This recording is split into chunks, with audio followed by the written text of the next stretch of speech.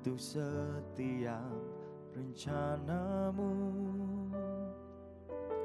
dan rancanganmu yang mulia.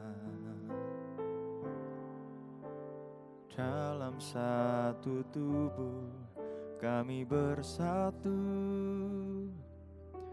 menjadi duta kerajaanmu. Ku ucapkan berkat atas Indonesia, biar kemuliaan Tuhan akan nyata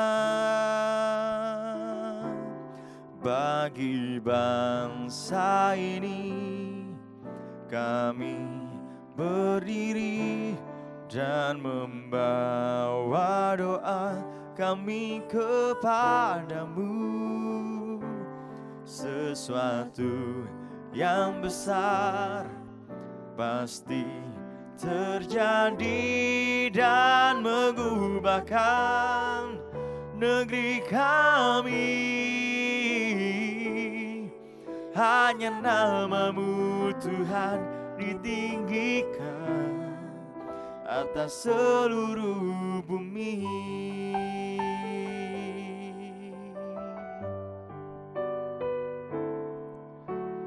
Kami rindu melihat Indonesia pulih dari semua problema,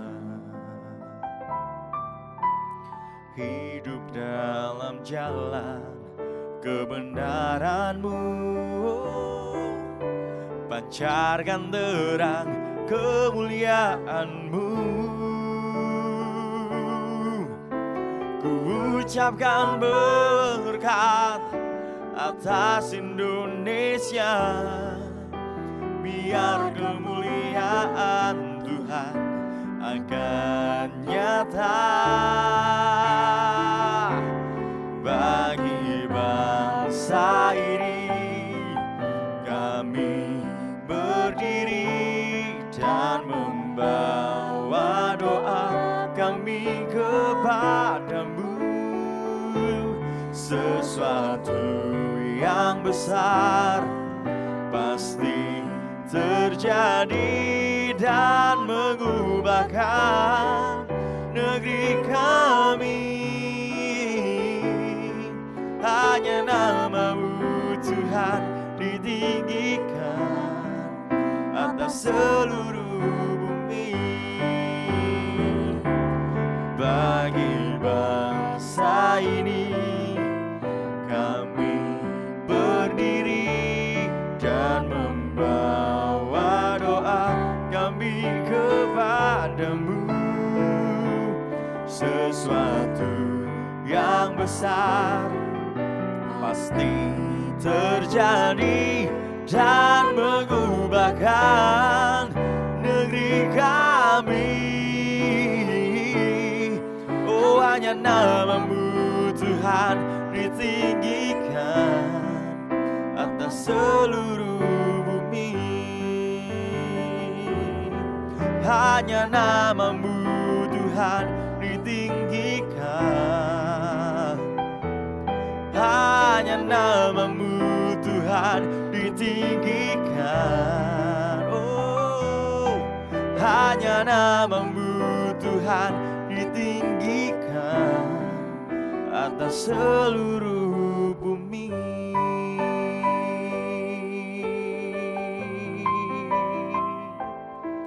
Oh,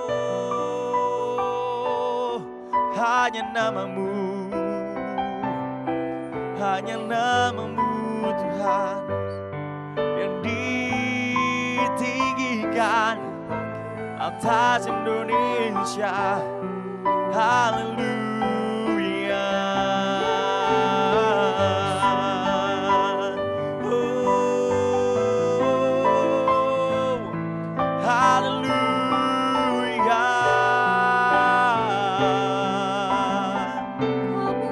Haleluya.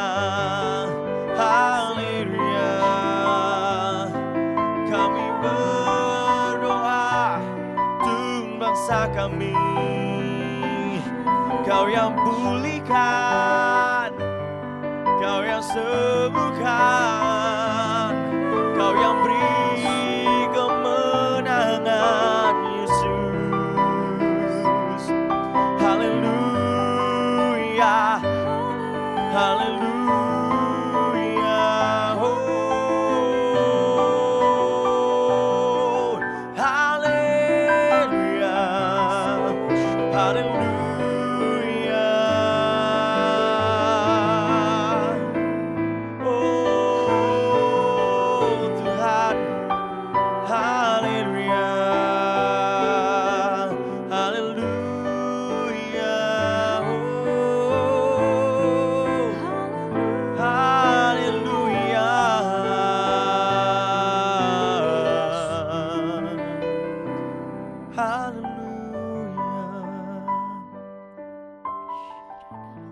Kami berdoa untuk bangsa kami, Tuhan.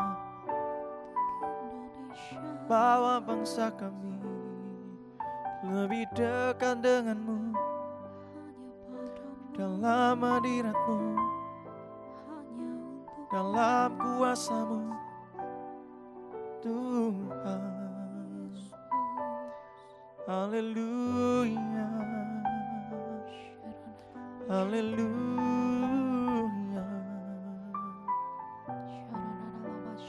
Mari saat ini sama-sama kita berdoa buat bangsa kita. Haleluya. Biar pemulihan Tuhan terjadi atas bangsa ini. Mari saat ini angkat tangan kita tinggi dan mari serukan. Bagi bangsa ini kami berdiri dan membawa doa kami kepadamu. Sesuatu yang besar pasti terjadi dan mengubahkan negeri kami. Hanya nama-Mu Tuhan ditinggikan atas seluruh bumi. Bagi bangsa ini kami berdiri dan membawa doa kami kepadamu.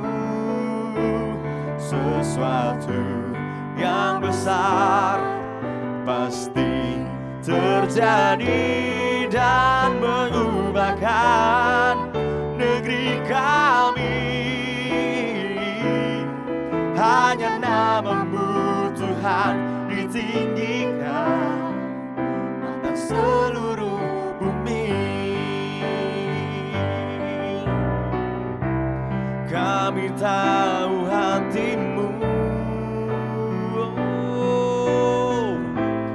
ada untuk bangsa ini.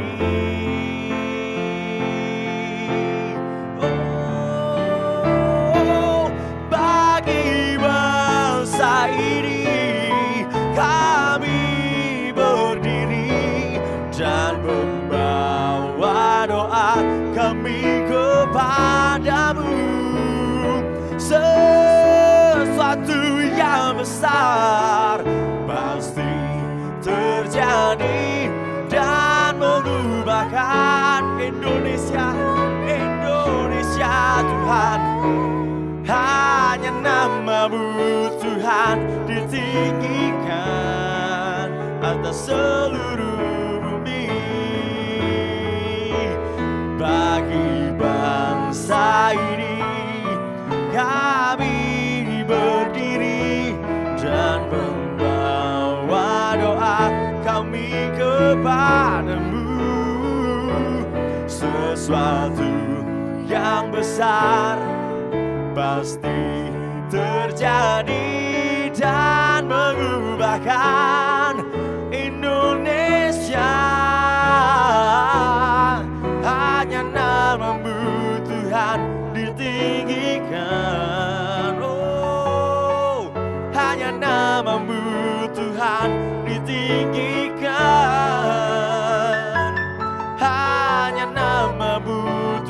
Tuhan ditinggikan atas seluruh bumi.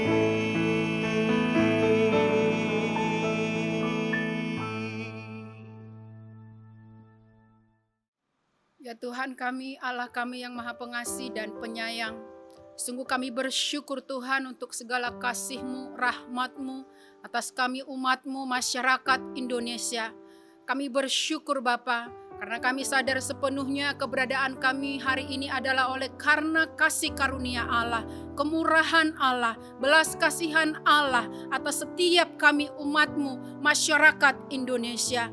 Bapa yang baik, saat ini Tuhan, kami umat-Mu bersatu hati berdoa untuk bangsa kami, bangsa Indonesia, yang kami percaya bangsa kami adalah bangsa yang Engkau kasihi, bangsa yang diberkati di dalam nama Tuhan kami Yesus Kristus. Kalau pada hari ini Tuhan, bangsa kami, bangsa Indonesia merayakan hari kemerdekaan yang ke-75 Tuhan, itu adalah suatu anugerah buat bangsa kami, buat negara kami, buat masyarakat Indonesia, di mana kami boleh melihat kemerdekaan yang luar biasa, kemerdekaan yang sesungguhnya di dalam Engkau Tuhan. Terima kasih Bapa, terima kasih Tuhan. Saat ini juga Bapa, kami memberkati bangsa kami yang saat ini Tuhan sedang dilanda sakit penyakit virus corona Tuhan.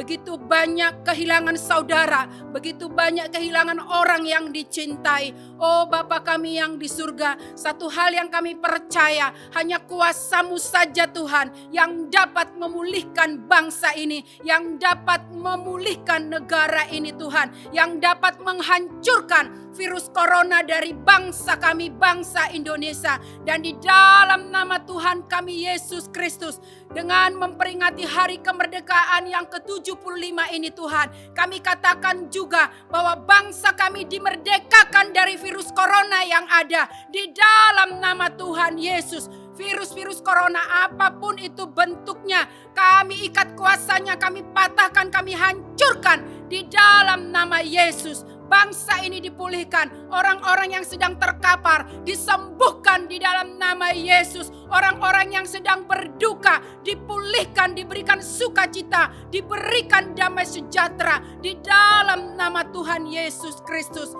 Oleh karena rahmat-Mu atas bangsa ini Bapa, oleh karena pengampunan-Mu atas bangsa ini Bapa, maka sungguh kami akan melihat bangsa ini, bangsa yang dibebaskan dari semua sakit penyakit apapun di dalam nama Tuhan Yesus Kristus.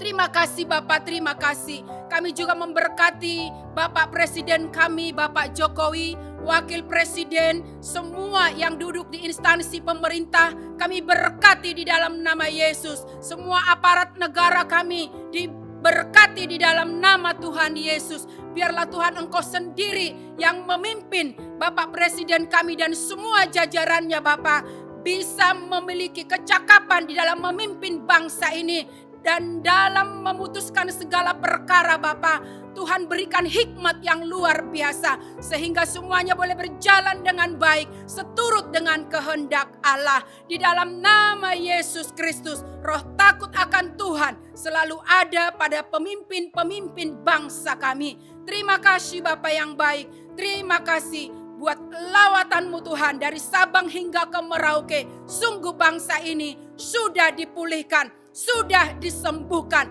merdeka di dalam nama Tuhan Yesus Kristus. Haleluya, amin. Bapa kami yang di surga, dikuduskanlah nama-Mu, datanglah kerajaan-Mu, jadilah kehendak-Mu di bumi seperti di surga.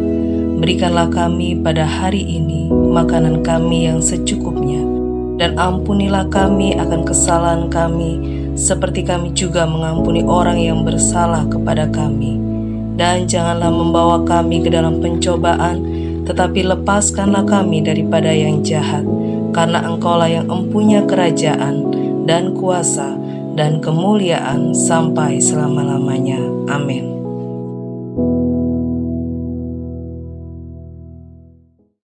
Haleluya, puji nama Tuhan, saudara sekalian. Hari ini seluruh rakyat Indonesia bersukacita karena bersama-sama merayakan Hari Kemerdekaan Negara Republik Indonesia. Nah, saudara sekalian, kalau kita berbicara mengenai kemerdekaan, di sini kita melihat adanya suatu kebebasan dari suatu keterikatan, dari suatu cengkeraman. Sebab sebetulnya manusia itu didesain Allah untuk tidak dicengkeram atau diikat. Tuhan memberikan kemerdekaan penuh, kebebasan kepada manusia dalam ketaatan kepada Tuhan. Namun harus disadari bahwa ternyata ada musuh yang jahat, namanya iblis. Nah, inilah yang selalu berusaha mengacaukan semua yang sudah didesain oleh Allah. Nah, untuk itu mari kita lihat dulu di dalam 2 Timotius pasal yang kedua, kita lihat ayat yang ke-26. Nah, sebetulnya ayat ini berbicara atau konteksnya itu berbicara mengenai situasi yang cukup kompleks dalam hal ini. Tetapi saya hanya ingin menunjukkan saja di bagian akhir dari ayat 26 ini yang menyebutkan mengenai adanya jerat iblis yang telah mengikat mereka pada kehendaknya. Terlepas dari jerat iblis. Nah, di sini kita lihat pertama-tama bahwa ada snare of the devil, jerat iblis. Nah, jerat inilah yang kemudian mengikat, mencengkeram, dan kemudian membuat kesengsaraan. Dan memang tujuan iblis adalah supaya manusia sengsara menderita, bahkan akhirnya binasa. Itulah sebabnya kalau kita lihat dari sejak awal, bagaimana Allah sudah menciptakan dunia ini dalam keadaan yang baik, sempurna. Tetapi iblis masuk untuk mengacaukan semuanya. Dan dia mulai melakukan penjeratan terhadap manusia, yaitu nenek moyang kita yang mula-mula, yang pertama, yaitu Adam dan Hawa.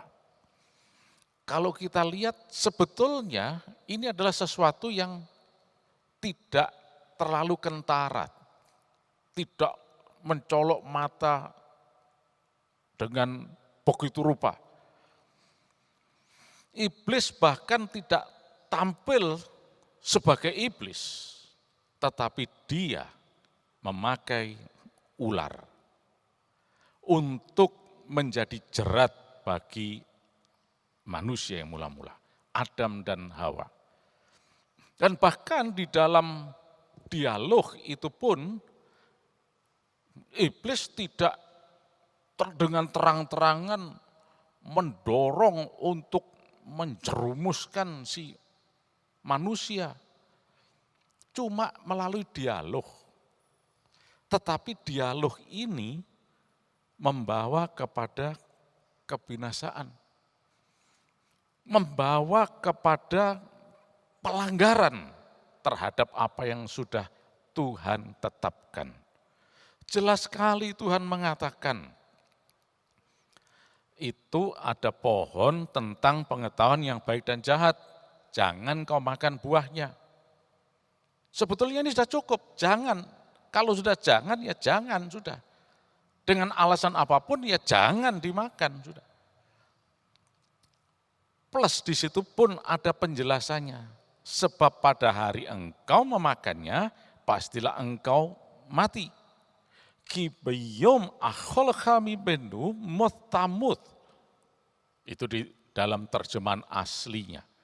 Thou surely die, pasti kamu akan mengalami malapetaka.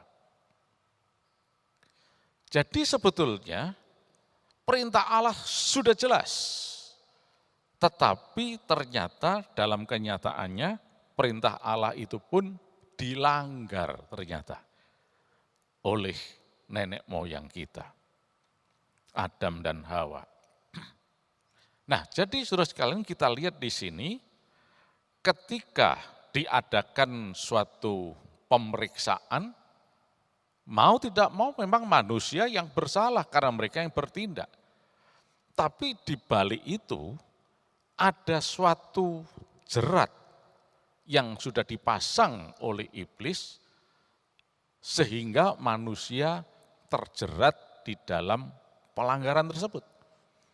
Sampai melakukan sesuatu yang melanggar apa yang sudah Tuhan pesankan. Nah, ini terjadi karena manusia tidak waspada.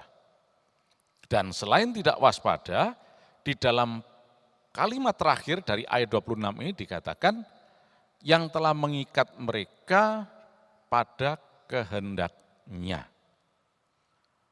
Nah, di sini sebetulnya yang jelas adalah selain manusia tadi masuk dalam jerat iblis, tapi manusia itu menuruti keinginan iblis ini. Nah, di sini kita lihat masalah besar. Selain manusia tidak waspada, tapi juga manusia mengikuti apa yang menjadi maunya iblis. Nah, saudara sekalian, inilah sesuatu yang perlu kita pahami dengan benar. Seringkali mungkin kita berpikir bahwa ya pokoknya saya tidak mau dijerat lah, saya mau merdeka, saya mau bebas, saya tidak mau diikat oleh iblis, saya tidak mau dicengkeram oleh dosa dan sebagainya. Tapi bagaimana? Nah, ayat ini mengatakan bahwa ada kehendak iblis, ada kemauan iblis. Dan kita tahu bahwa kemauan iblis itu selalu bertentangan dengan firman Allah. Semua yang bertentangan dengan firman Allah itu adalah kehendak, kemauan iblis. Dan ini terbukti kembali dalam Kejadian pasal 3. Dalam peristiwa di mana manusia akhirnya terjerat di dalam pelanggaran dan melanggar perintah Allah. Allah sudah memerintahkan jelas sekali. Tapi iblis menunjukkan bahwa, enggak apa-apa, lakukan yang lain enggak apa-apa. Enggak apa-apa, ini perintah Allah, biar perintah Allah. Enggak dituruti pun enggak apa-apa kamu. Nah, saudara lihat bahwa kehendak iblis itu selalu bertentangan dengan kehendak Allah.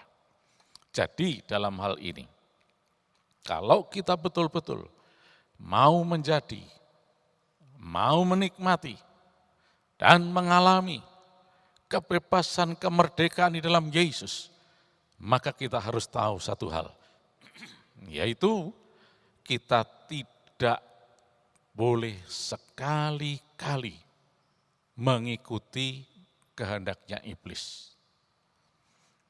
Yaitu kehendak yang selalu bertentangan dengan firman Allah. Dengan kata lain, kita harus selalu tunduk dan taat kepada firman Allah. Dan firman Allah itu sudah jelas diberikan kepada kita oleh Tuhan. Dituliskan dalam sebuah kitab yang kemudian dikenal sebagai Alkitab, kitab suci, the Bible, dan sebagainya. Ada 66 kitab terdiri dari Perjanjian Lama dan Perjanjian Baru. Ini adalah firman Allah. Itulah sebabnya setiap kali kita harus kembali ke firman Allah. Setiap kali kita harus kembali ke firman Allah. Berlandaskan firman Allah, berpikir sesuai dengan firman Allah, berbicara sesuai dengan firman Allah, bertindak sesuai dengan firman Allah. Karena itu adalah kehendak Allah. Dan ketika kita mengikuti kehendak Allah, maka di situ kita akan lihat suatu kemerdekaan yang sejati. Seperti yang dicantumkan jelas sekali dalam Yeremia 29 ayat 11, bahwa rancangan Allah itu adalah hari depan yang penuh harapan. Rancangan damai sejahtera, shalom. Nah, ini yang membuat kita bisa betul-betul disebut merdeka, bebas dari ikatan iblis. Karena kita mau mengikuti, menuruti apa yang difirmankan oleh Allah. Nah, mulai saat ini mari kita pegang teguh firman Allah. Ini juga merupakan janji Allah. Pegang teguh setiap janji Allah. Pesan firman Allah kita pegang teguh. Sebab Allah tidak pernah lalai menepati janji. Setiap apa yang Allah janjikan pasti akan digenapi. Karena rancangan Allah selalu adalah hari depan yang penuh harapan. Nah, di dalam Yeremia 29 ayat 11 ini, konteks dari perikop ini sebetulnya berbicara mengenai hal yang tidak baik, yaitu penghukuman. Di mana orang-orang Israel itu mengalami penghukuman, yaitu dibuang ke Babel selama 70 tahun. Ini bukan rencana Allah. Ini adalah akibat dari mereka tidak mau taat pada firman Allah. Nah, tidak mau taat pada firman Allah berarti mau taat kepada siapa? Jawabnya sudah jelas, yaitu mengikuti kemauannya iblis. Dan kemauan iblis ini adalah sesuatu yang akan menjerat kita, yang menjerumuskan, membawa kepada kebinasaan. Jadi jelas di sini. Itulah sebabnya di dalam ayat 11 dalam Yeremia Tuhan menegaskan sekali bahwa rancangannya bukan malapetaka, tetapi adalah hari depan yang penuh harapan. Lo lera'ah di dalam bahasa Ibrania. Latet lachem akharit wa tikwa. Untuk memberikan hari depan yang penuh harapan. Itu jelas sekali, itulah rancangan Allah. Nah, oleh karena itu kuncinya sekarang adalah harus selalu mau taat kepada firman Allah. Dan menolak semua hal yang bertentangan dengan firman Allah. Dan contohnya sudah jelas. Mulai dari nenek moyang kita yang mula-mula Adam dan Hawa, terus kemudian umat Allah, Israel dan sebagainya, sampai mereka mengalami penghukuman, kesulitan dan sebagainya. Itu adalah akibat karena mereka tidak mengikuti apa yang Allah mau. Ketika Tuhan katakan antara lain, engkau harus menyembah kepada Tuhan saja, tidak boleh kepada yang lain, tidak boleh ada Allah yang lain. Itu sudah jelas diberikan sebagai law. Kalau kita lihat antara lain di dalam 10 hukum, ya, Aseret Hadibrot, itu dikatakan di sana. Lo yiyelecha Elohim akhirim alpanai. Jangan ada padamu Allah lain di hadapanku. Sudah jelas. Tapi apa yang terjadi? Umat Allah malah memperalahkan yang lain, menyembah Allah-Allah lain. Yang pada kenyataannya itu adalah Allah yang mati. Berhala-berhala, dewa yang mati. Karena yang Allah yang hidup satu-satunya hanyalah Allah yang kita kenal dalam nama Yesus Kristus. Nah, karena mereka melanggar hukuman yang terjadi. Tapi Allah tetap Allah yang baik. Ketika mau bertobat, Tuhan berkenan memulihkan. Nah, ada hari depan yang penuh harapan di dalam Yesus. Oleh karena itu, mari saat ini Hanya apa kata Allah saja itu yang kita ikuti. Hanya apa kata Alkitab itu yang kita ikuti. Kita turuti dalam hidup kita ini. Maka lihat, pasti ada hari depan yang penuh harapan. Inilah kemerdekaan yang sejati. Inilah kemerdekaan di dalam Yesus. Mungkin dia mengatakan, ya maunya sih begitu Pak, tapi kadang-kadang sulit juga sih ya mengikuti kehendak Tuhan ini. Belum lagi kadang-kadang sulit dimengerti lagi. Lalu gimana Pak? Oh, ada Roh Kudus. Itulah sebabnya firman Tuhan katakan, Roh Kudus yaitu Parakletos akan memimpin kita kepada segala kebenaran. Roh Kudus itu yang akan menuntun kita. Dan dia yang akan menyikapkan kehendak Allah kepada kita. Apa yang seharusnya kita lakukan. Langkah apa yang harus kita ambil. Supaya kita selalu selaras dengan firman Allah. Dan kalau kita selaras dengan firman Allah, Allah berkenan. Dan itulah yang disebut kemerdekaan yang sejati. Itulah hari depan yang penuh harapan. Nah oleh karena itu saudara sekalian, mari saat ini sementara kita juga ikut bersukacita dalam perayaan hari besar nasional ini, perayaan kemerdekaan negara Republik Indonesia, mari saat ini kita juga ingat bahwa kita harus selalu taat pada firman Allah.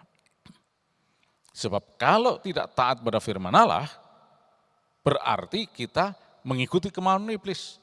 Dan itu adalah suatu jerat yang membawa kita kepada suatu keterikatan dan kemudian menjerumuskan kepada kebinasaan. Sebab dia adalah pencuri, pembunuh, dan pembinasa, yaitu si iblis ini. Tapi Yesus adalah penyelamat, penolong, dan Allah yang memulihkan. Dan oleh karena itu, biarlah sepanjang hari ini kita minta pimpinan Roh Kudus untuk selalu memimpin, menuntun kita, agar kita boleh selalu berjalan seturut firman Allah. Dengan demikian, ada hari depan yang penuh harapan. Inilah kemerdekaan di dalam Yesus Kristus. Puji nama Tuhan, saudara sekalian, mari kita akan berdoa. Terima kasih Yesus. Kami persilahkan Roh Kudus untuk berkarya dalam hidup kami. Menguasai hidup kami. Dan tidak ada kuasa yang lain yang bisa mengintervensi. Hanya kuasa Roh Kudus saja Tuhan. Sehingga kami hidup berkemenangan di dalam Engkau. Engkau membuat kami berhasil Tuhan. Dan kami selalu memuliakan nama Yesus. Dan sepanjang hari ini Tuhan, kami perkatakan, kami diberkati dalam nama Yesus. Kami berhasil, kami berkemenangan. Tidak ada kegagalan Tuhan. Karena Engkau Allah yang sudah memerdekakan kami. Terima kasih Yesus. Di dalam nama Tuhan Yesus Kristus, Tuhan memberkati engkau dan melindungi engkau. Tuhan menyinari engkau dengan wajah-Nya dan memberi engkau kasih karunia. Tuhan menghadapkan wajah-Nya kepadamu dan memberi engkau damai sejahtera. Nah, di dalam nama Tuhan Yesus Kristus, kuasa darah Yesus akan melindungi setiap orang yang mendengar firman Allah ini. Dan tidak ada gangguan virus-virus apapun termasuk virus corona yang bisa menyentuh. Kami semuanya sehat dalam nama Yesus. Terima kasih Tuhan. Di dalam nama Tuhan Yesus Kristus. Amin.